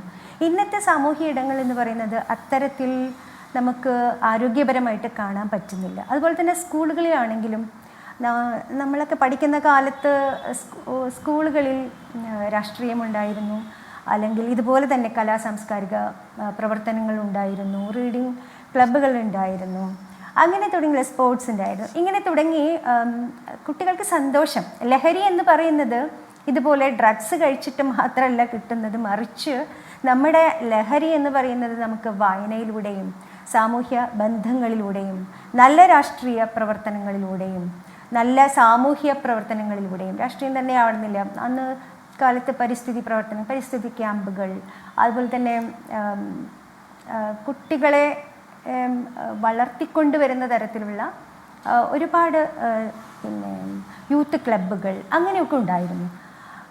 അപ്പോഴൊക്കെ ഞങ്ങൾ പറയാറ് പെൺകുട്ടികൾക്ക് ഇത്തരത്തിലുള്ളൊരു ഇടമില്ല എന്നുള്ളതാണ്. ഇന്നത്തെ കാലത്ത് പെൺകുട്ടികളെ സംബന്ധിച്ചും ആൺകുട്ടികളെ സംബന്ധിച്ചും ഇത്തരത്തിലുള്ള ഇടങ്ങൾ, ആരോഗ്യകരമായിട്ടുള്ള ഇടങ്ങൾ തീരെയില്ല എന്നാണ് എനിക്ക് തോന്നുന്നത്. പിന്നെ നമ്മുടെ വിദ്യാഭ്യാസ സമ്പ്രദായത്തിൽ വന്നിട്ടുള്ള ഈ സെമസ്റ്റർ സിസ്റ്റം, കുട്ടികളുടെ മേലെ ഉണ്ടാകുന്ന അധികമായിട്ടുള്ള സമ്മർദ്ദം, അതുപോലെ തന്നെ അധ്യാപകരും വിദ്യാർത്ഥികളും തമ്മിൽ ഇന്ന് ഇടപഴകാനുള്ള സമയവും സന്ദർഭങ്ങളും ഈ കരിക്കുലത്തിന് പുറത്ത് അല്ലെങ്കിൽ അവരുടെ ഈ സിലബസിന് പുറത്ത് വളരെ കുറവാണ്. അത് ഉണ്ടാക്കുന്നൊരു വലിയ സംഘർഷം കുട്ടികൾക്കുമുണ്ട്, അധ്യാപകർക്കുമുണ്ട്. ഞാൻ കഴിഞ്ഞ ദിവസം സംസാരിച്ച എൻ്റെ ഒരു സുഹൃത്ത്, അവർ സ്കൂളിലെ ടീച്ചറാണ്. അവർ പറയുന്നത് ആൺകുട്ടികളോട് സംസാരിക്കാൻ ഇപ്പം പേടിയാണ്. കാരണം അവർ ഇതുപോലെ ലഹരി, അവരുടെ തലച്ചോറ് എന്ന് പറയുന്നത് നോർമലല്ല, അവരുടെ ബോധം എന്ന് പറയുന്നത് നോർമൽ അവസ്ഥയിലല്ല. എന്തെങ്കിലും പറഞ്ഞു കഴിഞ്ഞാൽ കുട്ടികൾ വയലൻ്റ് ആവുകയാണ്. എങ്ങനെയാണ് ഈ വയലൻസ് വരുന്നത്? വയലൻസ് പ്രത്യേകിച്ച് ആൺകുട്ടികളിലാണ് വയലൻസ് നമ്മൾ കാണുന്നത് എന്നുള്ള കാര്യം നമുക്ക് എല്ലാവർക്കും അറിയാം. എന്താണ് ഈ വയലൻസ്? എങ്ങനെയാണ് ഇവരുടെ ഉള്ളിൽ ഇത്രയും അധികം അഗ്രഷൻ ഉണ്ടാകുന്നത്? അവർ കാണുന്ന മുതിർന്നവർ വളരെ അഗ്രസീവായിട്ടാണ് ഇന്ന് പെരുമാറുന്നത് എന്നാണ് എൻ്റെ ഒരു ഒബ്സർവേഷൻ. ഇപ്പം TV ചാനലിൽ ഇപ്പം ഇന്നത്തെ ചർച്ച വളരെ സമാധാനപരമായിട്ടാണ് നടക്കുന്നത്. മറിച്ച് ഇതൊരു രാഷ്ട്രീയ ചർച്ചയായിരുന്നെങ്കിൽ എന്തുമാത്രം ശബ്ദായമാനമാകുമായിരുന്നു ഈ ചർച്ച.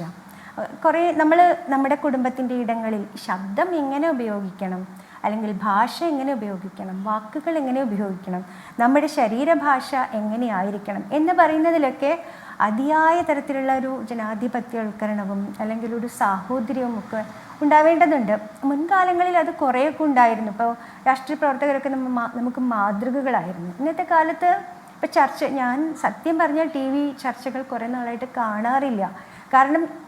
അതിൻ്റെ കാരണം ഇതാണ്, അതിഭയങ്കരമായിട്ടുള്ള ബഹളമാണ്. അതിനുള്ളിൽ കമ്മ്യൂണിക്കേഷൻ കൃത്യമായി നടക്കുന്നില്ല. ഈ പ്രശ്നം കുട്ടികളും നേരിടുന്നുണ്ട്.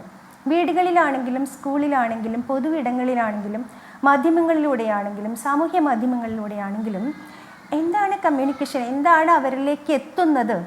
അവർ കാണുന്നത് എന്താണ്? അവർ സ്വാംശീകരിക്കുന്നത് എന്താണ് എന്ന് പറയുന്ന ഒരു വലിയ ചോദ്യമുണ്ട്. അപ്പോൾ സാഹിത്യത്തിലൂടെ കുട്ടികൾ ഇപ്പോഴേ വായന എന്ന് പറയുന്നത്, നമ്മൾ ശരിയാണ്, ചില പുസ്തകങ്ങൾ 1,00,000 കോപ്പികളൊക്കെ വിറ്റ് പോകുന്നുണ്ട്, പക്ഷേ എല്ലാ പുസ്തകങ്ങളും അല്ല അത്. അപ്പോൾ ഈ വായന എന്ന് പറയുന്നത് പോലും ആഴത്തിലുള്ള വായന എത്രമാത്രം സംഭവിക്കുന്നുണ്ട്, പത്രങ്ങൾ പോലും ഏത് തരത്തിലാണ് കുട്ടികളിലേക്ക് എത്തുന്നത്. അത് പറഞ്ഞതുപോലെ തന്നെ ഇൻ്റർനെറ്റ് എന്ന് പറയുന്ന അല്ലെങ്കിൽ സാമൂഹ്യ മാധ്യമങ്ങൾ എന്ന് പറയുന്ന ഒരു എക്സ്പോഷർ കുട്ടികൾക്ക് കിട്ടുമ്പോഴും അതിലവർക്ക് പലതരത്തിലുള്ള ചോയ്സ് ഉണ്ട്. ആ ചോയ്സ് എങ്ങനെയാണ് അവർ ഉപയോഗിക്കുന്നത്? ഇൻഫോംഡ് ചോയ്സ് ആണോ? അതിനെക്കുറിച്ച് അവർക്ക് അറിഞ്ഞുകൊണ്ടാണോ അവരത് ഉപയോഗിക്കുന്നത് എന്നൊക്കെ പറയുന്ന ഒരു തരത്തിലുള്ള വലിയ എഡ്യൂക്കേഷൻ പ്രോസസ്സ് അല്ലെങ്കിൽ അവെയർനെസ് എന്ന് പറയുന്നത് അതിൻ്റെ അഭാവം ഇവിടെ ഉണ്ടായിട്ടുണ്ട്. എല്ലാം ആക്സസിബിളാണ്, എല്ലാം പ്രാപ്യമാണ് ഇന്ന്. ഏത് തരം സാങ്കേതിക വിദ്യയും നമ്മുടെ കുട്ടികൾക്കും മുതിർന്നവർക്കും എല്ലാം പ്രാപ്യമാണ്. പക്ഷേ അതിൽ എങ്ങനെ ഏത് വിധം എന്നുള്ള തരത്തിലുള്ള ഒരു ഇൻഫോംഡ് ചോയ്സ് താങ്കൾ പറഞ്ഞതുപോലെ തന്നെ നമ്മൾ പ്രോബ്ലംസ് എന്തൊക്കെയാണ്, എവിടെയൊക്കെയാണ് പ്രശ്നങ്ങളുള്ളത് നമ്മൾ ഫിക്സ് ചെയ്ത് കഴിഞ്ഞു. ഇനി അതിന് പരിഹാരം എങ്ങനെ കണ്ടെത്താം എന്നുള്ളത് ഒരു പ്രധാനപ്പെട്ട ചോദ്യമാണ്. അങ്ങനെ ഒരു തലമുറ മുഴുവൻ ഇങ്ങനെ ലഹരി അപകടത്തിൻ്റെ കെണിയിലേക്ക് അകപ്പെടുന്ന സാമൂഹിക സാഹചര്യങ്ങളുണ്ടെങ്കിൽ മാറ്റം എവിടെ നിന്ന് വേണം, നമ്മുടെ എൻഫോഴ്സ്മെൻറ്റ് ഏജൻസികൾ എങ്ങനെ പെരുമാറണം, എവിടെയാണ് തിരുത്തൽ ആവശ്യമായിട്ടുള്ളത്, അത് തിരുത്താൻ കഴിയുന്ന ശക്തികൾ ആരൊക്കെയാണ് തുടങ്ങിയ കാര്യങ്ങളിലേക്ക് കൂടി നമുക്ക് ചർച്ച പോകണം. നമ്മളോടൊപ്പം സ്വാലിഹ് ഒറ്റപ്പാലം എന്ന ഒരു ചെറുപ്പക്കാരൻ ഈ ചർച്ചയിൽ ഭാഗമായിട്ടുണ്ട്. സ്വാലിഹ് ഈ ചർച്ചയിൽ പങ്കെടുക്കുന്നതിൻ്റെ ഒരു സാങ്കത്യം, സ്വാലിഹ് ഒരു സമയത്ത് ലഹരി ഉപയോഗിച്ചിരുന്ന ആളാണ്. അതിനുശേഷം ലഹരിയിൽ നിന്ന് മുക്തി നേടുകയും ലഹരിക്കെതിരെ പോരാടുകയും ചെയ്യുന്ന വ്യക്തി എന്ന നിലയിലാണ്. സ്വാലിഹിന് അദ്ദേഹത്തിൻ്റെ പേര് വിവരങ്ങളോ അദ്ദേഹത്തെ കാണിക്കുന്നതിലോ കുഴപ്പമില്ല എന്ന് ഞങ്ങളെ അറിയിച്ചതിനെ തുടർന്നാണ് സ്വാലിഹിൻ്റെ ദൃശ്യങ്ങൾ ഞങ്ങൾ അതേപടി ഈ ചർച്ചയിൽ ഉൾപ്പെടുന്നത്.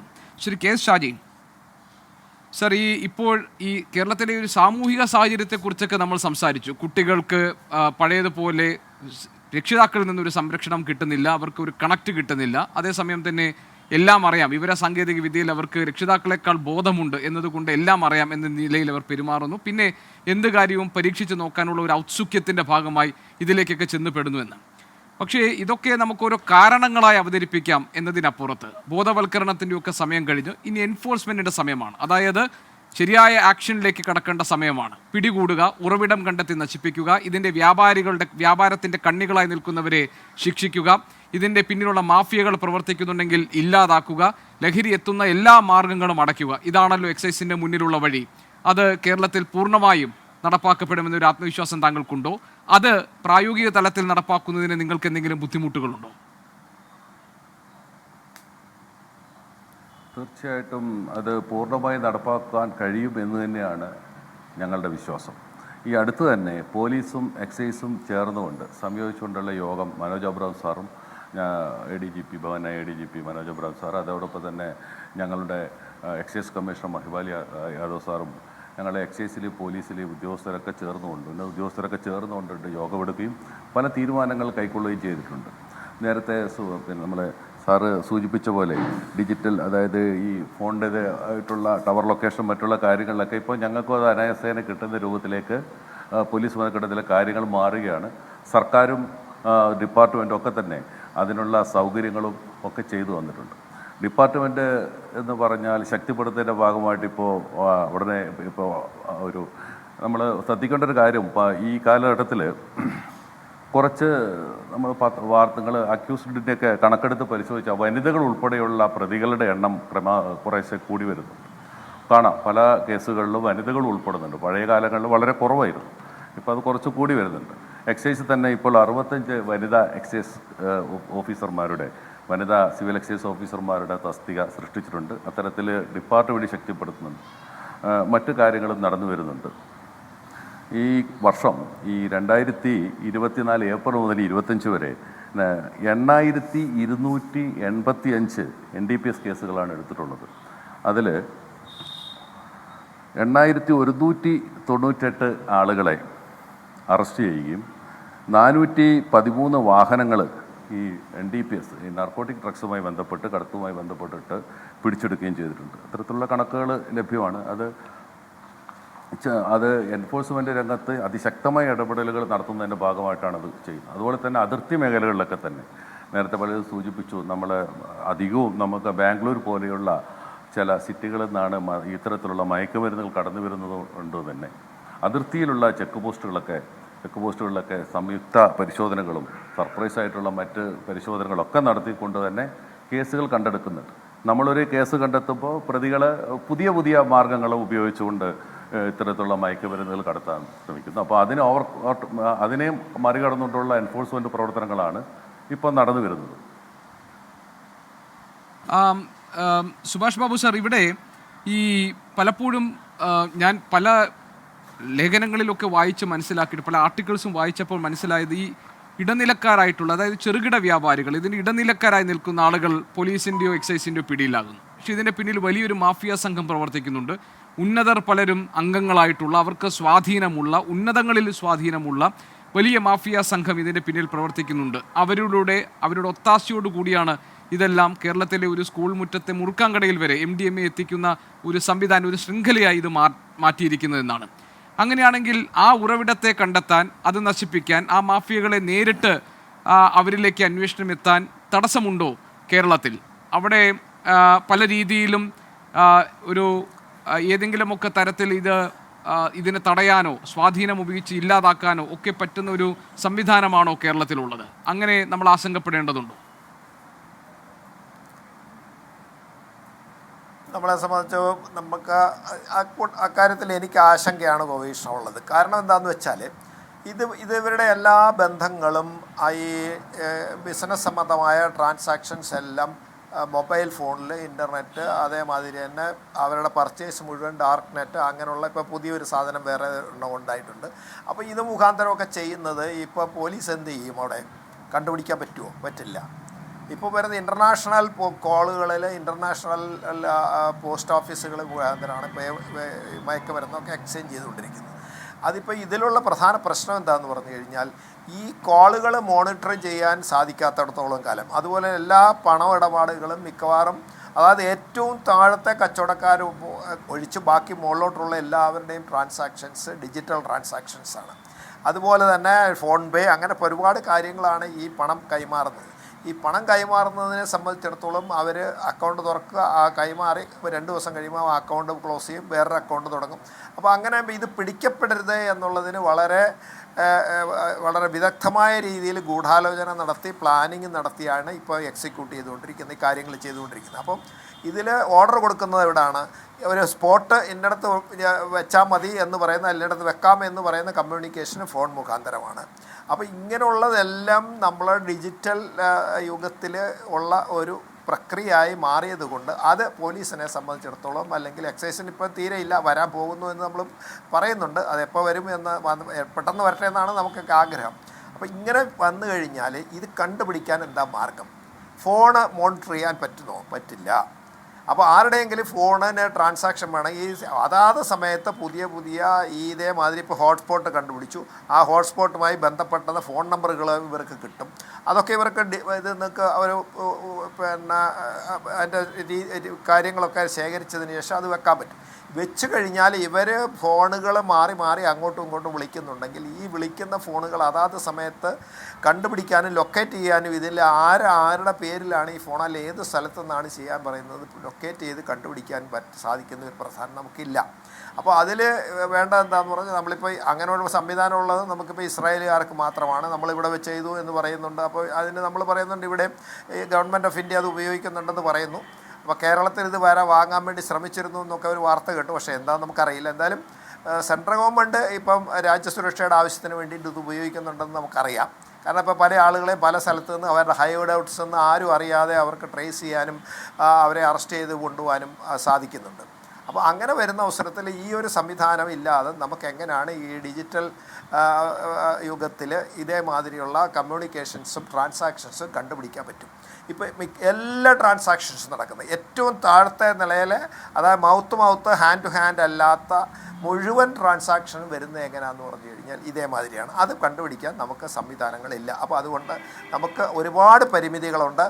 ഇവരിപ്പോൾ വളരെ ഉത്സാഹത്തോടുകൂടി പോലീസ് ഉദ്യോഗസ്ഥന്മാരും എക്സൈസ് ഉദ്യോഗസ്ഥന്മാരും പണ്ടത്തേനേക്കാളൊക്കെ വളരെ ജാഗ്രതയോടുകൂടി പ്രവർത്തിക്കുന്നത്. പക്ഷേ ഇതിനകത്തുള്ള പ്രശ്നം എന്താണെന്ന് പറഞ്ഞു കഴിഞ്ഞാൽ ഇത് കണ്ടുപിടിച്ച് കിട്ടുന്നത് അവർ നടപടിയെടുക്കുന്നുണ്ട്. പക്ഷെ കണ്ടുപിടിക്കപ്പെടാനുള്ള സംവിധാനങ്ങളെ സംബന്ധിച്ചിടത്തോളം ഈ നെറ്റ്വർക്കിന് ശരിയായ ഒരു വല വീശി ആ വലയുടെ കീഴിലുള്ളിൽ ആ ഒരു നെറ്റ്വർക്കിൻ്റെ കീഴിലേക്ക് കൊണ്ടുവരാൻ എന്ന് സാധിക്കുന്നു അന്ന് മാത്രമേ നമുക്കിത് ഒരു ഫലപ്രദമായി നിയന്ത്രിക്കാം. ഇപ്പോൾ അല്പക്കൊല്പ കാലത്തൊക്കെ നമുക്കിത് നിയന്ത്രിക്കാൻ പറ്റിയെന്ന് വരും. പക്ഷേ അത് കഴിയുമ്പോൾ ഇത് ലൂസായിപ്പോവും. ലൂസ് കഴിഞ്ഞപ്പോൾ എല്ലാം വലയ്ക്ക് പുറത്ത് ചാടും.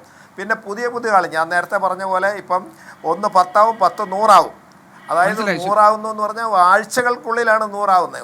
100 ബാബു സാർ പറഞ്ഞതുപോലെ അങ്ങനെ വരുന്ന ഒരു സംവിധാനം ഇതിനകത്ത് യഥാർത്ഥത്തിൽ അവർക്ക് ധാർമ്മികമായ പിന്തുണ സമൂഹത്തിന്, നേരത്തെ ശ്രീ ഷാജി പറഞ്ഞത്, ഇനി അവർക്ക് ഒറ്റയ്ക്ക് അല്ലെങ്കിൽ ഏതെങ്കിലും എൻഫോഴ്സ്മെന്റ് ഏജൻസി ഒറ്റയ്ക്ക് നടത്തേണ്ടതല്ല, അതിന് സമൂഹത്തിന്റെ ധാർമ്മികമായ പിന്തുണ വേണം. ആ പിന്തുണയുണ്ട്. അതേസമയം തന്നെ അവർക്ക് ഏറ്റവും ഹൈ എൻഡ് ആയിട്ടുള്ള ഇതിൻ്റെ ടെക്നോളജി, എക്യുപ്മെൻറ്റ്സ് ഇതൊക്കെ അവർക്ക് നൽകുമ്പോൾ മാത്രമേ അവർക്ക് ഈ പ്രായോഗിക തലത്തിൽ ഇതെല്ലാം ഫലപ്രദമായി നടപ്പാക്കാൻ കഴിയൂ. അതാണല്ലോ താങ്കൾ പറഞ്ഞത്. സ്വാലിഹ് ഒറ്റപ്പാലം നമ്മളോടൊപ്പം ഉണ്ട് ടെലിഫോണിൽ. സ്വാലിഹ്, ഞാൻ നേരത്തെ പറഞ്ഞതുപോലെ മുൻപ് ലഹരി ഉപയോഗിച്ചിരുന്ന വ്യക്തിയാണ്, പിന്നീട് അതിന് പുറത്ത് കിടന്ന ആളാണ്. സ്വാലിഹ്, എത്ര കാലം മുൻപാണ് താങ്കൾ ലഹരി ഉപയോഗിച്ചിരുന്നത്?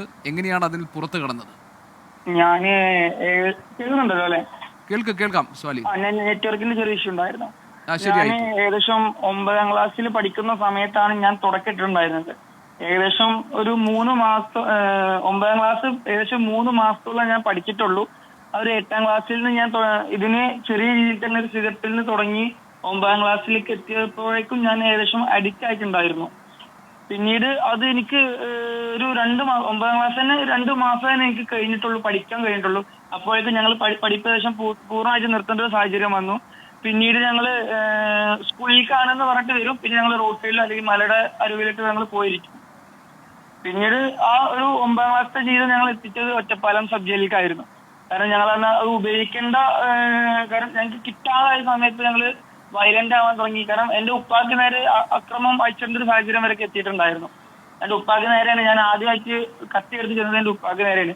അത്രയും മോശപ്പെട്ട ഒരു സാഹചര്യത്തിൽ വരെ എത്തിപ്പെട്ടിട്ടുണ്ടായിരുന്നു. സ്വാലിഹ്, അപ്പോൾ നിങ്ങൾക്ക് ഈ ലഹരി എങ്ങനെയാണ് നിങ്ങളുടെ കൈകളിൽ എത്തിയിരുന്നത്? ഇല്ല, ഞാൻ ഇതിനു മുമ്പുള്ള എല്ലാ കാര്യങ്ങളിലും പറഞ്ഞതാണ്. നമ്മുടെ സ്കൂളിൽ ഒരുപക്ഷെ സാറിനോ അല്ലെങ്കിൽ അവിടെ നിൽക്കുന്ന ഈ ലെവലിൽ നിൽക്കുന്ന മറ്റുള്ളവർക്ക് അറിയാത്തോണ്ടായിരിക്കാം, നമ്മുടെ സ്കൂളുകൾ കേന്ദ്രീകരിച്ച് നല്ല രൂപത്തിൽ ലഹരി സെയിൽ നടന്നുകൊണ്ടിരിക്കുന്നുണ്ട്. ഇത് ഞാൻ 3 വർഷങ്ങൾക്ക് മുമ്പേ പറഞ്ഞിട്ടുള്ള കാര്യങ്ങളാണ്. അത് അന്നേ ശ്രദ്ധിച്ചിരുന്നുണ്ടെങ്കിൽ ഒരു പക്ഷെ നമുക്ക് ഇത്രക്കൊരു ഇഷ്യൂ വരേണ്ട ഒരു സാഹചര്യം വരില്ലായിരുന്നു.